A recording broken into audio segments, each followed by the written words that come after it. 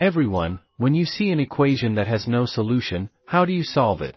Let's take a look at this problem, which is unsolvable, saying that the known m is equal to 3 to x5 minus the value of m. Many classmates fainted. You don't see the problem this has caused me to solve.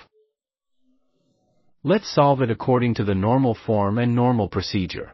Do you think such an equation is a cross multiplication? How much is m times x equal to 3 times it?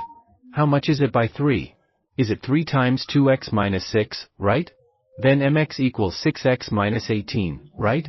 This normal solution is first solved according to the normal solution, and then 6x is moved over, and m is subtracted by 6. Multiplying x equals minus 18, right?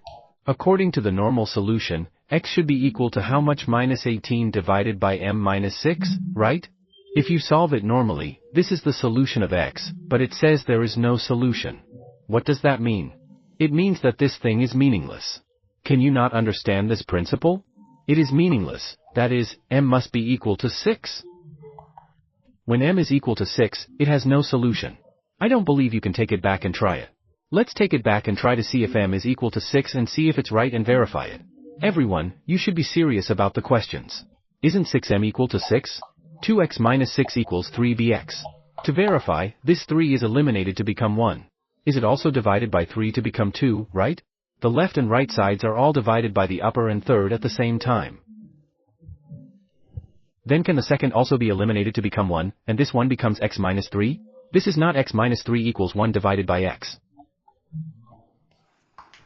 Correct? Is there no solution for this? In other words, x minus 3 equals x.